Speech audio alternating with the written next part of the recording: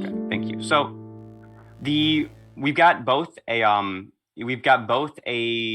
handful of questions the community agreed were very important, and then we've got some ones that some specific members of the community wanted answers to that they were curious about, and then we have if it's still the case you have time left, we've got some people who'd like to call in and ask the question as well. Is that all okay with you? Sure. Let's go ahead. Perfect. Okay. So Phoenix, if you want to do the introduction for the people who might be watching this. Sure, yeah. I'm sure that for our audience, you're going to need no introduction, but Dr. Noam Chomsky is a widely published scientist, philosopher, and political advocate who's authored over 100 published books from topics ranging from human nature to cognitive science to propaganda and capitalist media. Okay, sorry about that. Yeah. Oh, I think it was, I think the captions were just weird there for a second. I guess the first questions, Phoenix, you had questions about the war in Ukraine and risk of like nuclear existential risk. Yeah. I'm sure you know that tensions in the war have escalated in the last few days. For most of the war, you've been trying to sound the alarm about nuclear risk and what the U.S. can do to mitigate that. But many in the corporate media have said that the risk of nuclear war, global war, is too low to consider. How much do you fear that the recent Russian attack on Poland has increased the risk of nuclear tension in the world? Well, to be precise, it wasn't a Russian attack on Poland. It was a Ukrainian anti-aircraft missile that happened to hit a couple of kilometers across the border. The casual way in which nuclear war is being discussed is as if it were insignificant or an option is beyond insanity. It's a very serious threat. If you'll notice, virtually all the talk about nuclear war is in the West. There's almost nothing from Russia. There have been a couple of sentences from the Russians over the last couple of weeks, basically repeating the conventional doctrine of all nuclear states, saying if Russia ever faces an existential risk, a risk to its survival, might consider using nuclear weapons. That's the position of every nuclear state. I should say, with the exception of the United States. The United States has a much more extreme doctrine, far more. It's rarely discussed. In fact, late October, there was an announcement, public announcement of a new strategic doctrine, nuclear doctrine, which extensively expanded the US nuclear doctrine. It said we can use nuclear weapons to give us space for carrying out other actions. That means they are, the way Daniel Ellsberg once formulated it, we're using nuclear weapons all the time. Just as if you and I go into a store and I hold up a gun and say, empty the cash register, and the storekeeper empties it, even if I don't fire the gun, I'm using it. And that's US nuclear doctrine. There was almost no commentary on this in the press except arms control journals and so on. But in fact, it's not that new. It goes back to 1995, Clinton years. Central document came out, declassified. It's been in the public record for 25 years. I've been writing about it for 25 years. It's called Essentials of Post-Cold War Deterrence. It's Stratcom, Strategic Command, Charge of Nuclear Weapons. It says we have to maintain nuclear weapons at the ready all the time because they cast a shadow over conventional actions.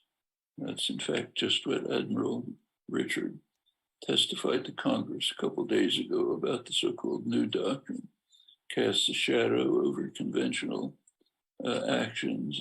It expands our territorial domains, threatens others. The 1995 document went on to say that we have to construct a national persona, I'm quoting it, of being irrational and vindictive with some elements out of control. That'll really frighten others properly. And then they'll get out of their way when we want to do something. That's US nuclear doctrine, but we don't talk about that. In fact, you look over the last 25 years and you can barely find a mention. I've written about it a couple times, but nobody else does. What we talk about is the Russians repeating the conventional doctrine. Now, to be precise, it's extended because Russia's been saying that for some time, but now they're saying it after they annexed areas of Ukraine, which means now the Russian doctrine says if you interfere with us there, that's a threat to Russia. So that's an expansion of the conventional doctrine. But that's it. Almost all the talk about nuclear war is in the West, and it's downplayed as insignificant, which is completely irrational.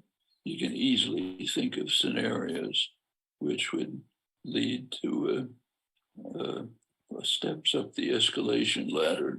Once you take them, they're very hard to stop. So take the event that you described, the Ukrainian anti-aircraft missile landing a couple kilometers inside Polish territory. Suppose it had been a Russian missile. Well, at that point, NATO rules begin to apply. Attack on one is an attack on all. So is there retaliation? There's retaliation, could be counter-retaliation. Pretty soon, everyone who's in high places who's ever taken part in a war game knows quickly goes out of control. So it's a very serious danger. And there are other serious dangers, very serious, like the COP27 meetings are taking place in Egypt right now. They're just finishing. We are facing a climate catastrophe that is unparalleled in human history. We're moving close to the point where we'll reach irreversible tipping points, and then it's just on to catastrophe. Nothing much is being done about it. In fact, what has been done, little it has been done, is being reversed by the war in Ukraine. One of the effects of the war in Ukraine is to ramp up fossil fuel production. New fields are being opened. The United States is in the lead and the world lead in natural gas production is being expanded, new fields for exploration to try to supply Europe with liquefied natural gas to replace the Russian gas that had been used. And Middle East countries are being urged to produce more fossil fuels. All of this is setting back the hopes for somehow surviving the destruction of the environment that's sustainable. All of this goes on while the Ukraine war is going on. All of this gives good reasons to try to end it before it gets worse. There are other good reasons. What's happening to Ukraine? Right now, for example, Ukrainian cities are facing blackouts. Russia has started hitting energy sources. The West is right justifiably condemning this. But notice something. It's being condemned by the people who always accepted and condoned it when we were doing it at a much greater level. Let's look back slightly. US and British military analysts have expressed their surprise that the Russian invasion was so limited.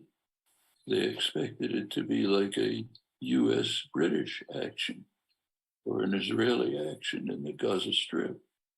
You go for the jugular right away, shock and awe, destroy everything, destroy power, energy, water, sewage, communications, anything that makes a society function.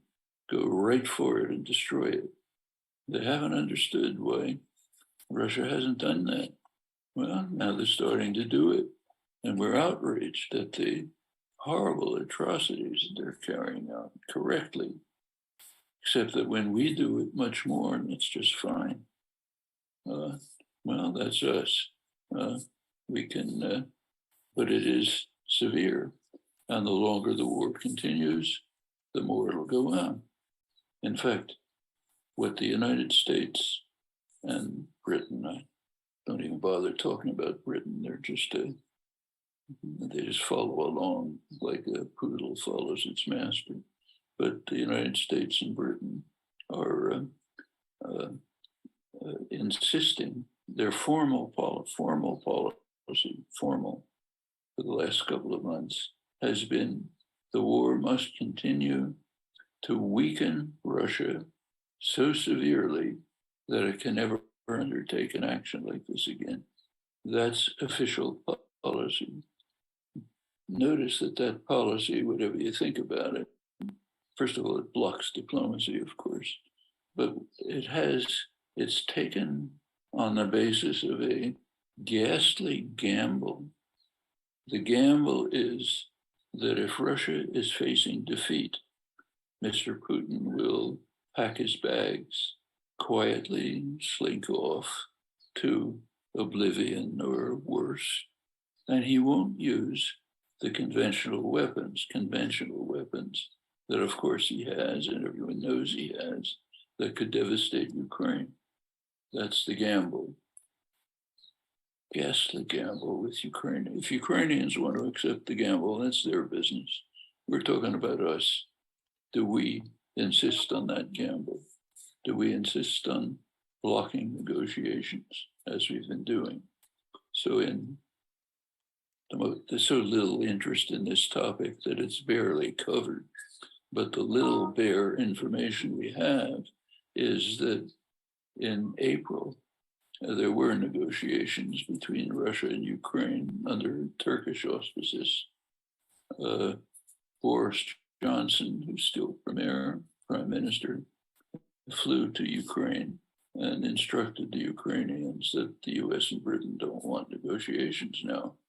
He was followed by Lloyd Austin, the US Secretary of Defense. We don't know what he said because there's no coverage, but everything we know is from the Ukrainian press. But he presumably said that what he always says, that the goal is to severely weaken Russia, so no negotiations now. Well, the negotiations collapsed. We don't know why. Maybe that was a factor, maybe not.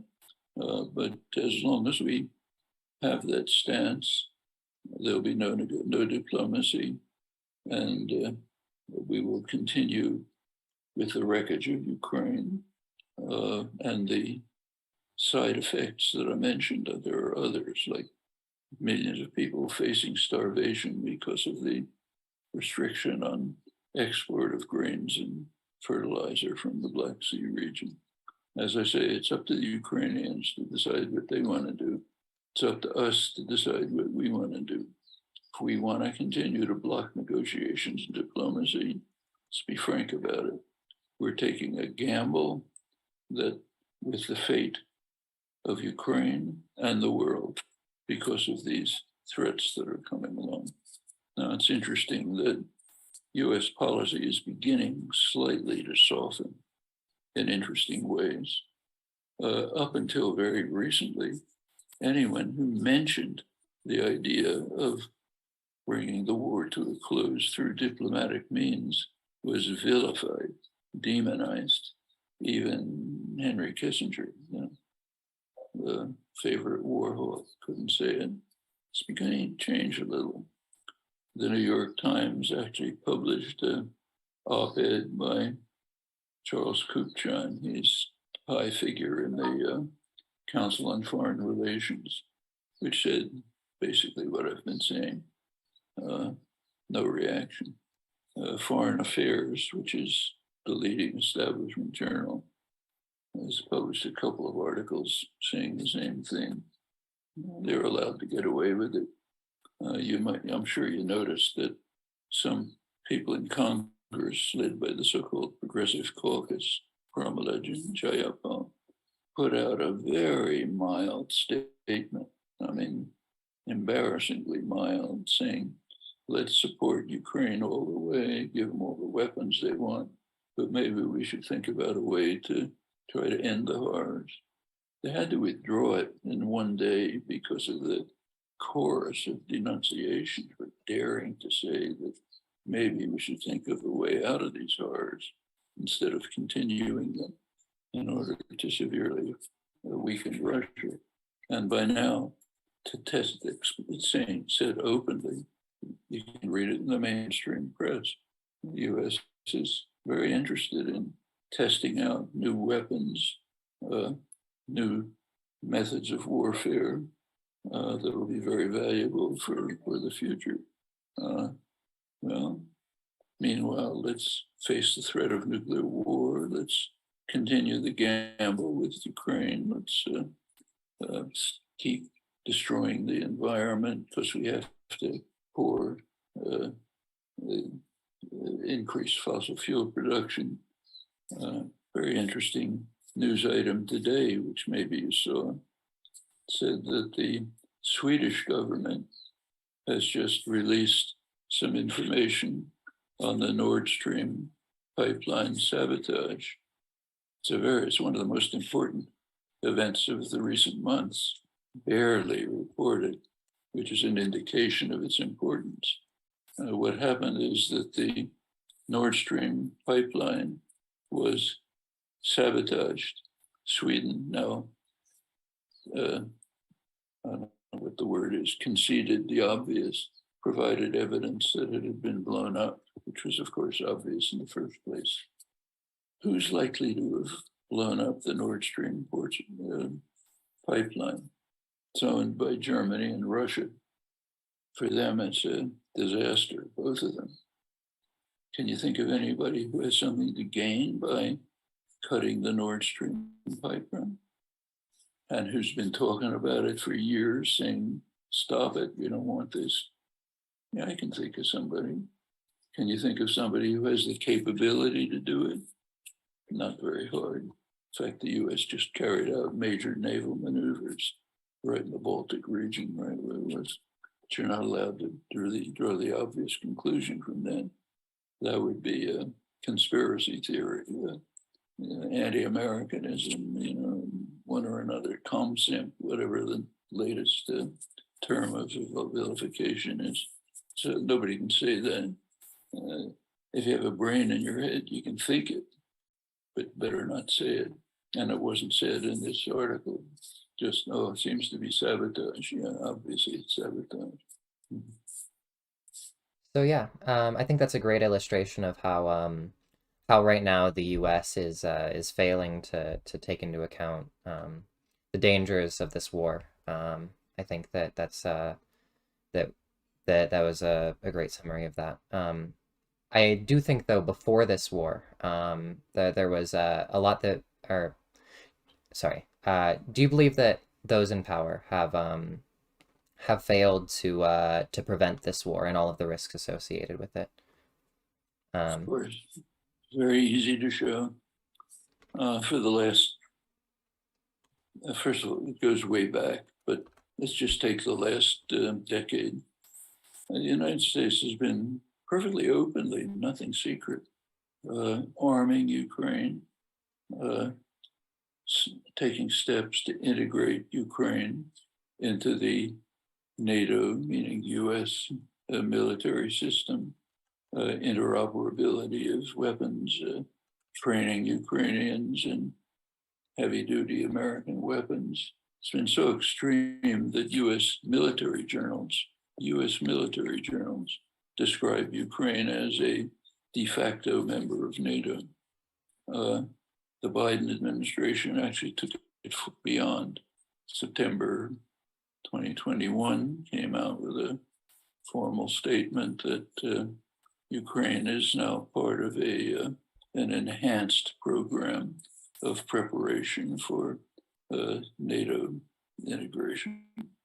Now, this is against the background of 30 years of warnings by high-level US diplomats, including virtually everyone in the diplomatic corps who had any knowledge of Russia, that Russia will never accept Ukraine within a hostile military alliance. I mean, the head of the CIA, who was a Russia ambassador and a Russia expert, William Burns, his predecessor in the CIA, Robert Gates, the defense minister for George W. Bush, George Kennan, the whole long, Jack Matlock, Reagan's ambassador to Russia and other Russia specialists, all along for 30 years are saying, shouldn't do this. It's provocative, it's reckless, it's dangerous. No Russian leader will ever accept it. It's pretty obvious why. Take a little bit of look at history. What happened a couple of decades ago, a couple of decades before that, invasions of Russia through Ukraine, killing 25 million people, practically destroying the country. Look at a topographical map. There's no defenses between Ukraine and Moscow. And it's perfectly obvious whether they're not going to allow it to be part of a hostile military alliance. I mean, would the United States allow China to put up, to bring Mexico into a major military alliance with weapons aimed at the United States? I mean, it's not even thinkable, you know. But it's been reckless, provocative. There has been a framework for negotiations. We can't know if it could have worked because it was never tried. But the Minsk framework, Germany and France, Russia and Ukraine had settled on a framework which included, crucially, neutralization of Ukraine, which means Ukraine has the same status as Mexico or Austria through the Cold War.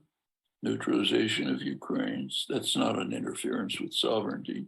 Nobody interferes with Mexican sovereignty from the fact that they can't join a Chinese military alliance. I mean, demilitarization, no heavy weapons aimed at Russia, putting off the Crimea issue because you can't settle it right now, it's too complicated. Some kind of autonomy for the Donbass region, preferably to be settled in terms of internationally run referenda. Well, that's the basic framework, right up to the invasion.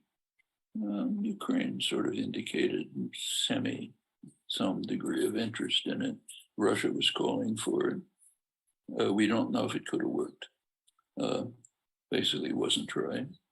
State Department conceded publicly that they had never taken Russian security concerns into consideration. It's just not an issue. Well, almost none of this gets reported, incidentally, but it's there. Could it have worked? Don't know. Can it work now? Only way to find out is to try. Actually, by now, the options have reduced. That's what happens when you go to war, start a war. Both sides harden their positions, more hatred, antagonism, options are limited. So what are they now? There's one way to find out, the way that you're not allowed to say. You won't say it in a whisper, try. Okay, that's the one way to find out. The whole world wants that. Almost the entire world is calling for negotiations and diplomacy. That even includes much of Europe. So take Germany, main center in Europe. About 75% of Germans want negotiations right now. Europe is suffering severely from this. The United States is gaining enormously. I mean, take a look at the executive offices of the fossil fuel producers and the military producers. They're just euphoric. The United States is just gaining extraordinarily from this. Europe's getting smashed. The effect of the war is to drive Europe into Washington's pocket. Highest goal, no more talk about an independent Europe. So for the United States, it's just all gains. For Europe, it's all losses. Germany is getting deindustrialized, may not be able to pull out of it. So it's not surprising they want to see if there's an end to this. But the US and Britain, they're the two warrior states. They don't want to hear about it. Okay, you mentioned earlier climate change. I think like you just mentioned again, fossil fuel companies. I think it gives us a perfect point that we can talk about the next topic, which is just looking at nuclear risk. It's very hard not to think about the other things that threaten to devastate humanity. And already today, even without subsidies, clean energy ends up being significantly cheaper than fossil fuels long term and not so much short term. It's also got public support with 80% of Americans believing that we should prioritize alternative energy production. And so the question I'm trying to ask is just what is it that's allowing corporate institutions to be so successful at preventing the most serious action for more than a century after the discovery of climate change? And what strategies do they use for preventing acting on what is now the extremely strong consensus among both Americans and the scientific community? Well, we can look a little bit at the history and see how it developed. So by the 1970s, it was beginning to be understood by scientists that we're reaching a very dangerous situation. It wasn't quite known how dangerous, but there was information coming out. The scientists who knew most about this were the ones working for the energy corporations. So ExxonMobil scientists were studying this very intensively. Obviously, it's of great interest to them, giving the information to management who was sitting on it. It was a secret, corporate secret. We don't want the world to know about this. It broke in 1988 when James Hansen, a highly regarded climate scientist, gave a public presentation in Congress and the public in which he warned about the scientific recognition that we're facing severe dangers. How did ExxonMobil and other companies react? They called in their scientists, called in their PR people, tried to figure out how to respond to this.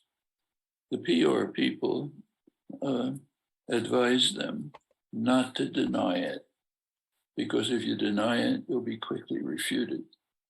So they said the best thing is to say, just cast doubt. Say, well, we really don't know, haven't investigated cloud cover yet. Maybe there's something about sunspots. Why don't we just continue to develop richer, more developed societies? Small footnote, meanwhile making profit, but we don't say that. And maybe when we're richer, more developed societies, if this turns out to be real, we'll be able to deal with it. That was the PR coming out of the fossil fuel companies, widely reported. Let's think about what happened to the Republican Party. The Republican Party is now a party of 100% deniers. 100%. Take a look at the last Republican primary, 2016. Now the party's disappeared. It's Trump's party, but that was the cream of the crop of the Republicans. Every single one either denied that global warming is taking place or said, maybe it is, but we don't care. So what happened to the Republican Party? Well, you learn a lot about democracy by looking at it. We know what happened. In 2008, John McCain was running for president. He began to talk about climate change. he made some mild proposals on his platform about maybe we ought to think about it. In Congress, there were the beginnings of steps towards thinking about some mild positions. The enormous Koch energy conglomerate, huge private conglomerate, got wind of this and was infuriated. They launched a juggernaut attacking Congress, threatening, intimidating people in Congress, threatening to run candidates against them, bribery, massive lobbying, fake popular groups, astroturfing. Party turned on a dime, literally, all totally sold out. No more talk about climate change. We know where our bread is butter. You guys fund us, we're not going to do anything. Ever since then, 100% denialist party. That's called democracy. Take a look at what just happened in Congress the last couple of months. The Biden administration put forth a moderately reasonable climate program, moderately reasonable. It was under popular pressure. Sunrise Movement, young activists, Sanders, others. So it wasn't too bad, not enough, but wasn't too bad. They started cutting away at it, one piece after another. 100% Republican opposition, a couple of right-wing Democrats, mainly Joe Manchin's coal baron himself, the most heavily funded person in Congress by fossil fuel industries, wouldn't go along. It was cut down to almost nothing. I mean, something finally passed, but a fraction of what was the original. And it had to, in order to pass, to get the Republicans to let it pass, and Manchin, it had to have gifts to the fossil fuel industries, whole pile of gifts, giving them credits if they decarbonize. And the way they're using it tells you a lot about how capitalism works, a lot. That's why it's not reported. So ExxonMobil, for example, I wouldn't say not reported, barely reported. ExxonMobil discovered that there are areas in Wyoming where the CO2 content, the carbon content of the fields is so high that they can't exploit it for oil. So they started digging there because then they can extract oil, which is so heavily loaded in carbon dioxide, they can't use it. And they can then bury it in the ground and get credits for decarbonizing. And therefore they get paid off by the climate program that was just passed through. That's the kind of thing that's going on. I mean, anybody who knows anything about the capitalist system knows, of course, this is going to happen. I mean, corporations aren't they're not Human Rights Watch or Amnesty International or Oxfam. They're out for profit. They're going to make it any way they can. I mean, some of what's happening is it's almost impossible to describe. One of the main companies, ConocoPhillips, their scientists have figured out a way to harden the permafrost. One of the real dangers, the Arctic is heating up very fast. There's a huge amount, incredible amounts of carbon in the permafrost, and scientists are terrified about what happens if it melts. Well, they figured out a way to harden it, which slows down the melting. Why? So that when it's harder, they can drill for oil. I mean, that's capitalism. Capitalism 101. You can't blame them. I mean, that's the nature of the beast. We can pretend we don't understand it if we want, but of course that's it. Well, that's going back to your question. The Republican voting base listens to the leadership. They listen to Fox News. They listen to the talk radio, which is all far right wing. What they hear is climate change is a liberal hoax. It's not happening. It's just the liberals are trying to undermine the economy, forget about it. Okay, so it's not an urgent issue. Well, it's not easy to overcome.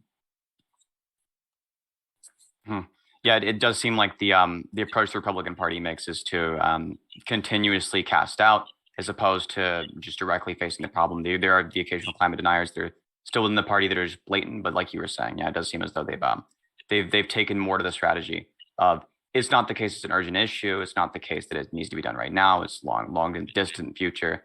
It might not be caused by humans. We don't really know. You can't really know anything, and so on.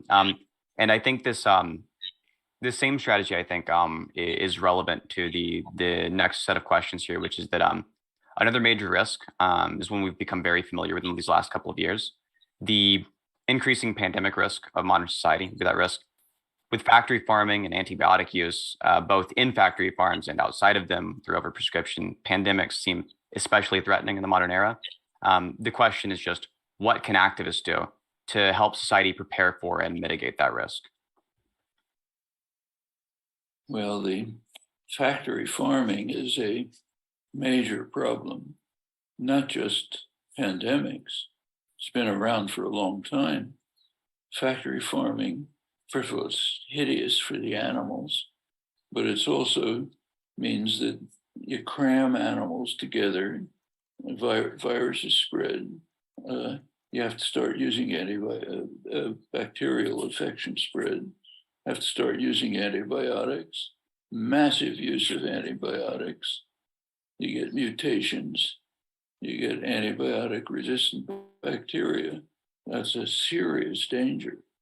Antibiotic resistant bacteria are developing largely through factory farming. It'll hit the rest of us. It could be indescribable. It's already the case.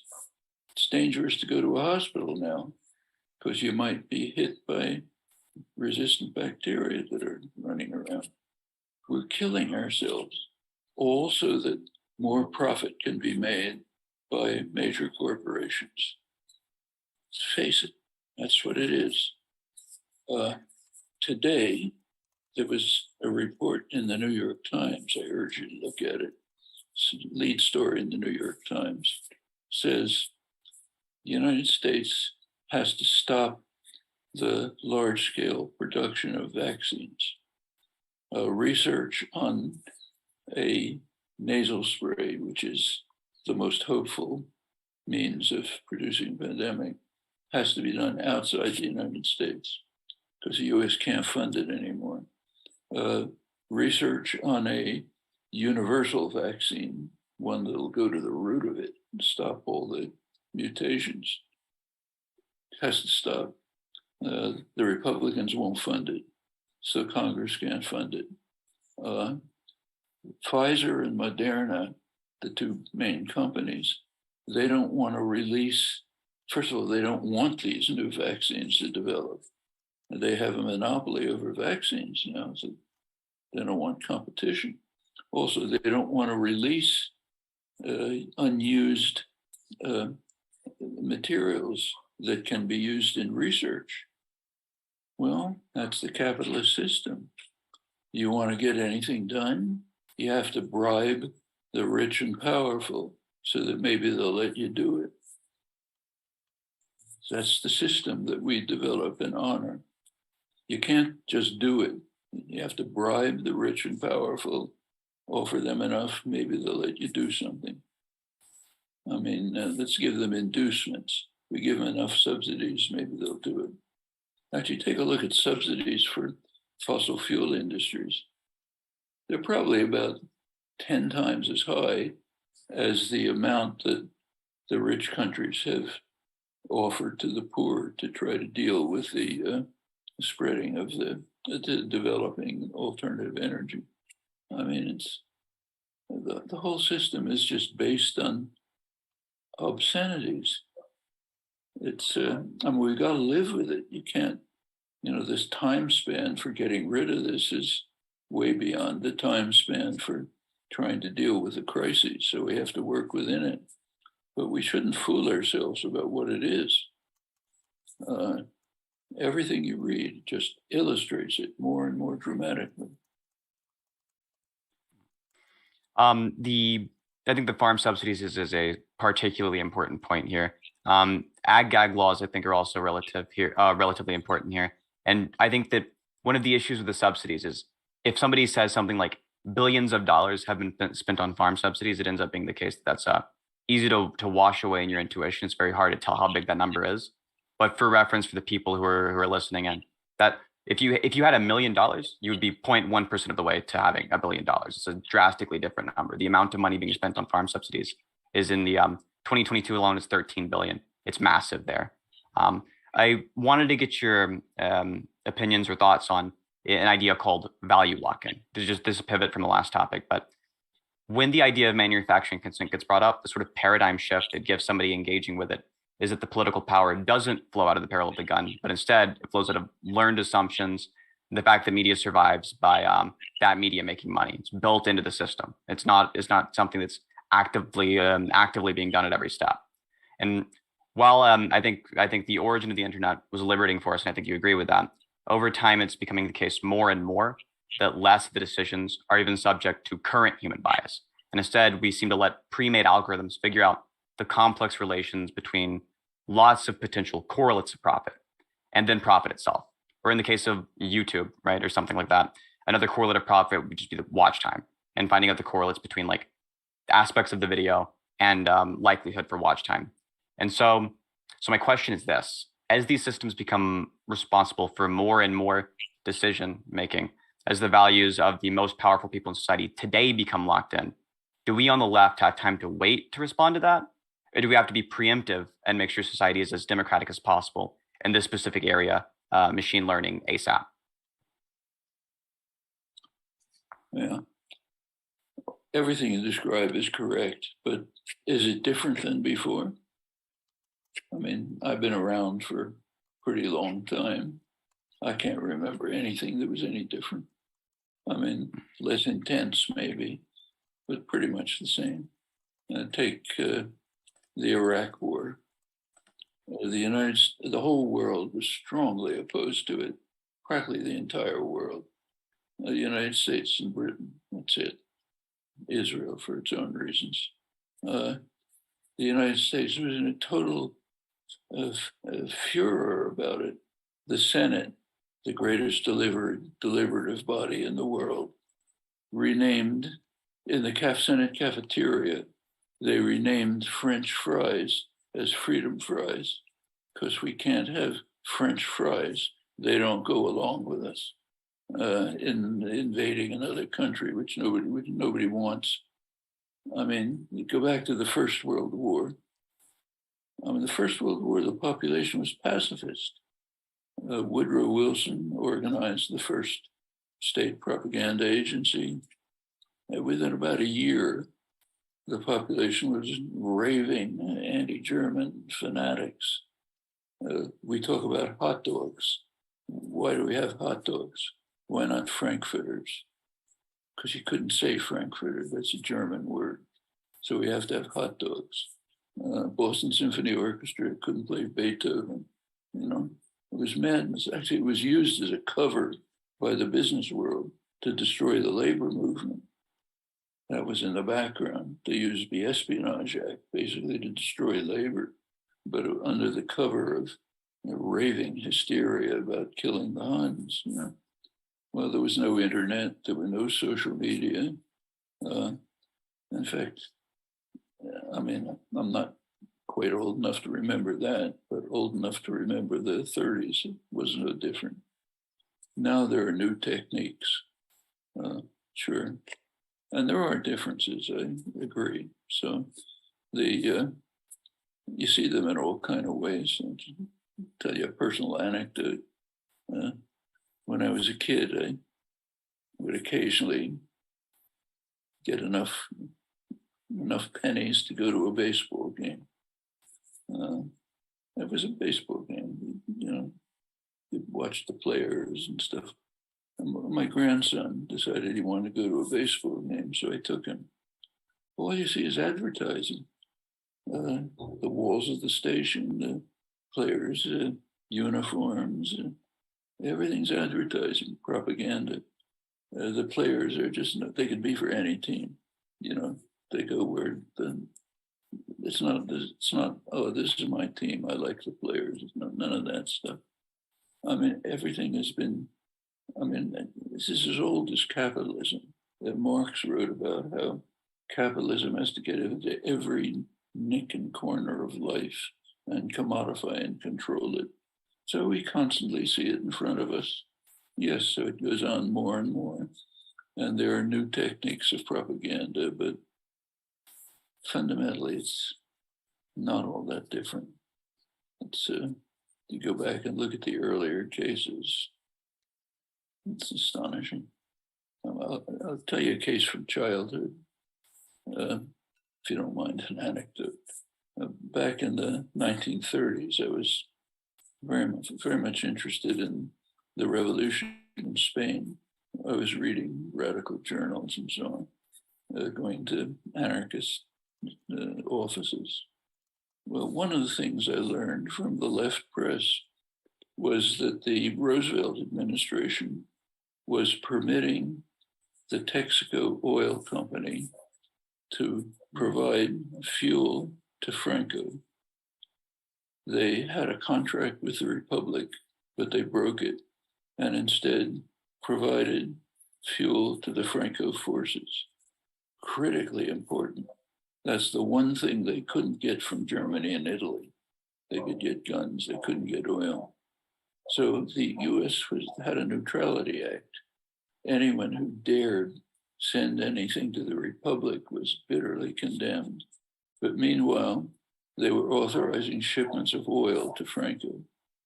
Well, that was in the left press. It was denied by the State Department and dismissed. About 20 years later, they conceded it quietly. You know, who knows? Well, that was the 1930s. No internet, you know. I think that's the oil makes it almost just a perfect metaphor for all of those issues and how they manifest. While the United States ends up being the driving force of all of the capitalist structures of the world, just because of the amount of power that's concentrated here with our military and our economics. I think it's also important to recognize that we are on a global stage. Many on the left, or presumably on the left, will turn to countries like China as an alternative. But we also see that China is ahead of us in fields like machine learning publishing, and their social media networks are bigger and more advanced with more data to work with. We also see that they're able to propagandize to us through apps like TikTok. How do we balance both preventing dangerous conflict with countries like this and not allowing the U.S. to be such an imperialist force, while also recognizing that these state capitalist regimes are not something that we can perpetuate for the survival of humanity? Yeah. We can't look forward to the leadership of China for any marvelous developments. But the fact of the matter is, they're nowhere near the power of the United States. They have enormous internal problems that the Western countries don't have.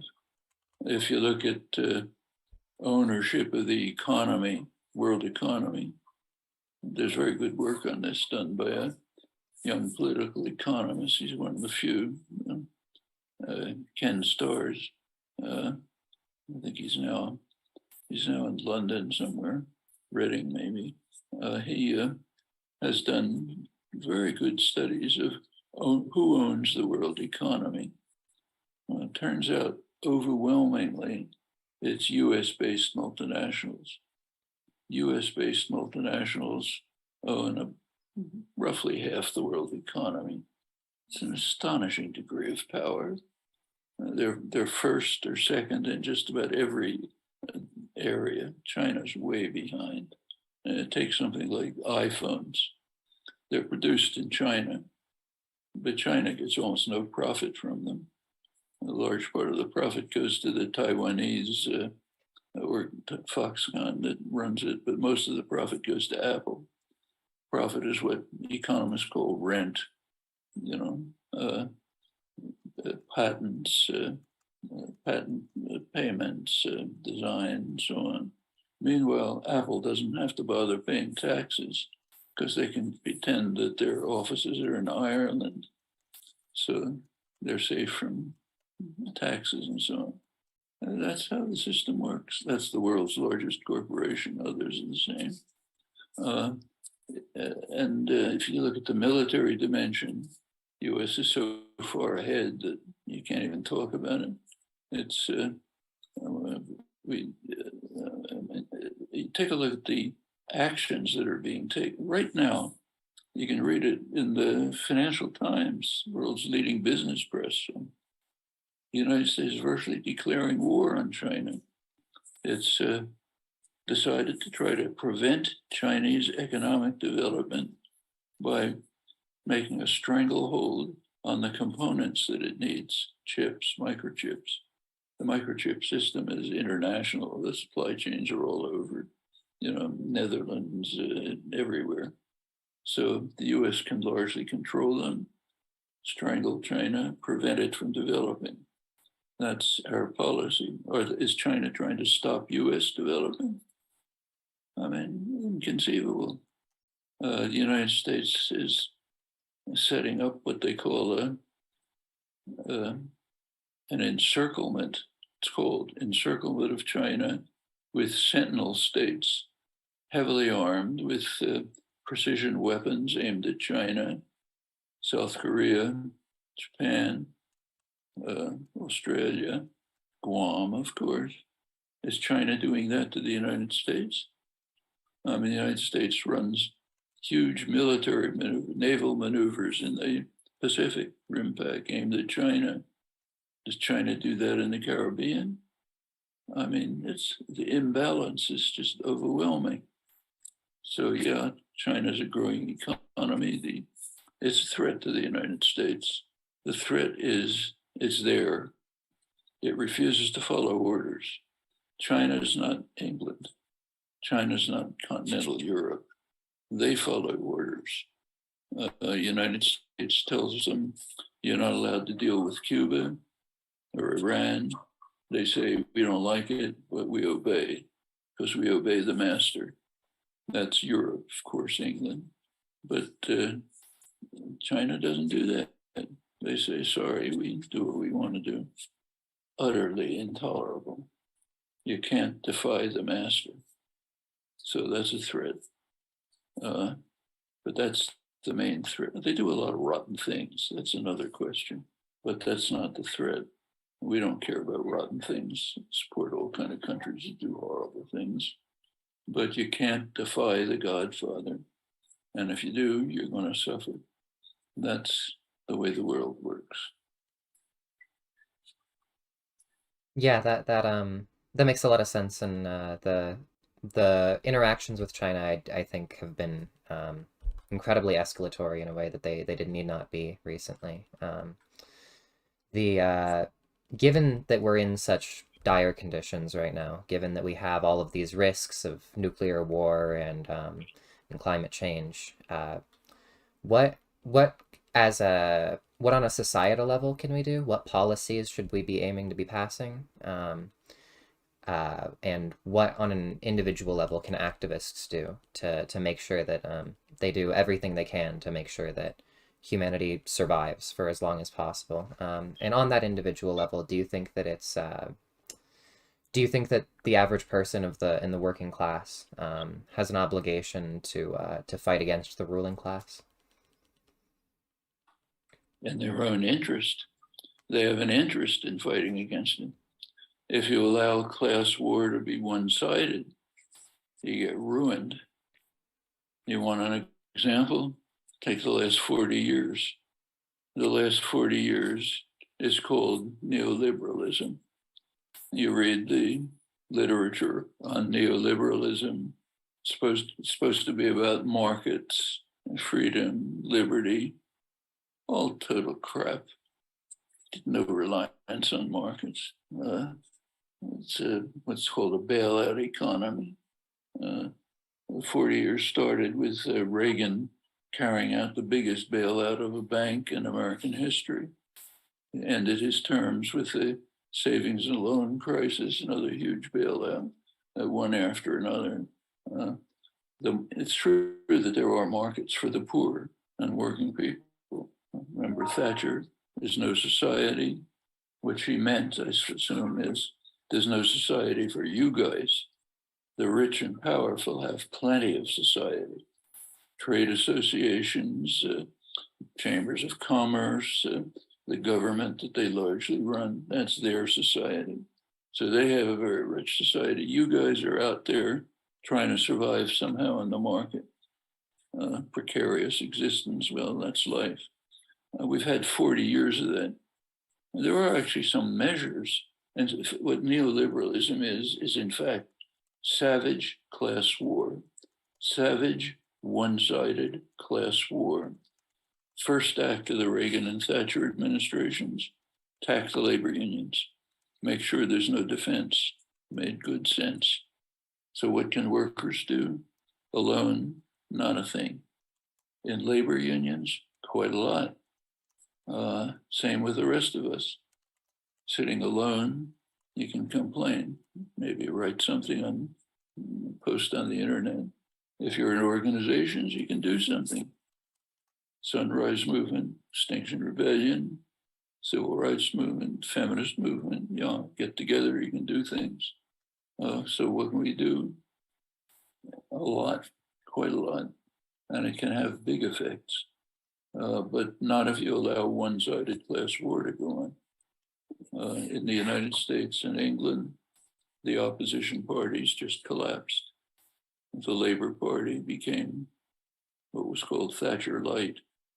The United States, the Democrats just became mild Reaganites, less extreme, and gave up any interest in the working class, handed them over to their class enemy. What happened just recently with the Labour Party in England is very striking. I mean, Jeremy Corbyn, really decent guy, tried to turn the Labour Party into an authentic Labour Party. Party works for its constituents. Very successful.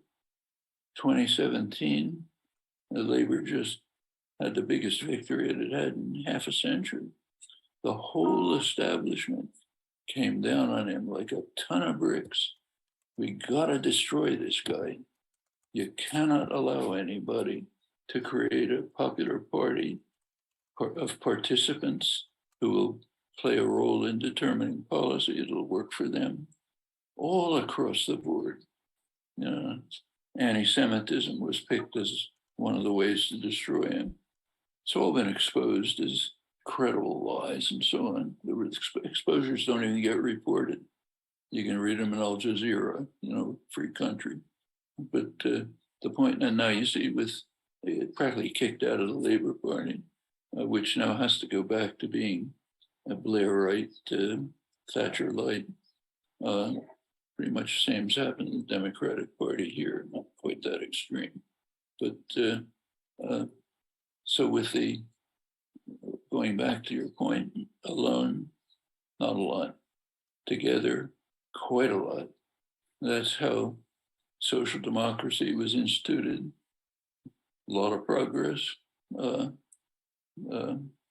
Feminist movement, civil rights movement, all kinds of things. There has been real progress, but only when lots of people got together and forced it. You're not going to get any gifts from above. They don't give you gifts. You can force the gifts, or you can dissolve power.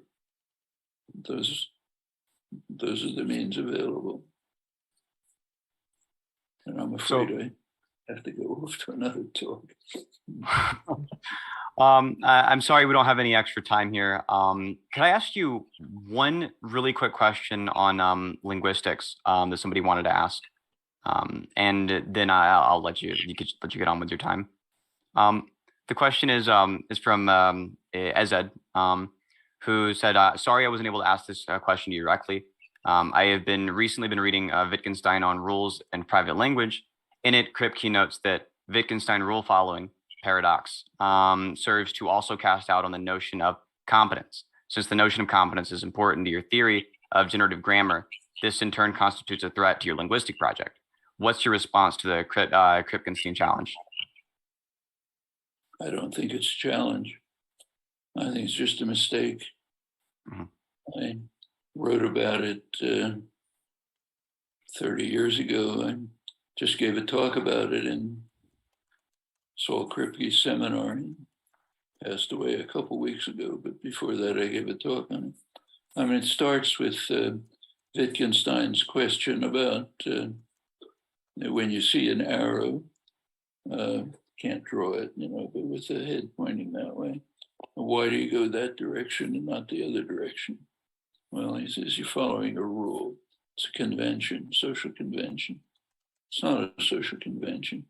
It's innate. Infants would do it. Nobody's experimented, but I'm sure you would find that it's just part of our nature to follow the direction. Well, take the rules of language. They're not conventions. Nobody taught you the rules of language. You don't know them. I don't know them.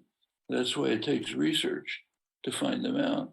Just like you don't know the rules that are getting you to see things a certain way. A child just has an innate structure. It is triggered by experience, takes one form or another, like other kind of innate structures. It ends up being the kid's language. Unconscious, inaccessible to consciousness, reflexive, just like growth. So there's a couple of conventions, like how do you spell words or something, but they're so superficial, they're hardly worth talking about. There's almost nothing conventional, no social agreements. The whole picture is just wrong. These are biological systems which grow and develop the way other biological systems do. So the paradox never even arises. There's no question of why do you follow the rules. It's like saying, why do you walk by moving one leg in front of the other? It's not a convention. It's your nature, So I don't think the discussion gets off the ground, frankly. Okay. Antonio, I think you're muted. I'll go ahead and unmute you really fast. There we go. If you want to unmute yourself, you have to quickly. Yeah. I have a question for you, Noam Chomsky. How do you conceive of a state? You're asking the definition of a state? Yeah, I've seen there's a lot of definitions of a state, Okay. but I want to hear yours. It doesn't have much time, so we won't be able to get the other callers. But Oh, my bad. you were promised you were the one doing the emails, so there's your question. The question was just, what is the definition of a state? Am I still muted? No, it was Antonio who was muted. You're not. The question of, I'll go back a step. The question of definition arises when there's a point to it. When is there a point to a definition? Well, when you need clarification for some explanatory purpose. If you have some kind of explanatory theory, the terms aren't clear enough, so you don't know what the consequences are, you sharpen them up. Other than that, there isn't much point trying to give definitions. We have an informal, intuitive notion. If it's good enough for practical purposes, that's it. To define, you can sharpen it or one way or another, but there's no point. It just imposes conditions that are beyond what's required for explanation. This is even true in mathematics, the most formalized field.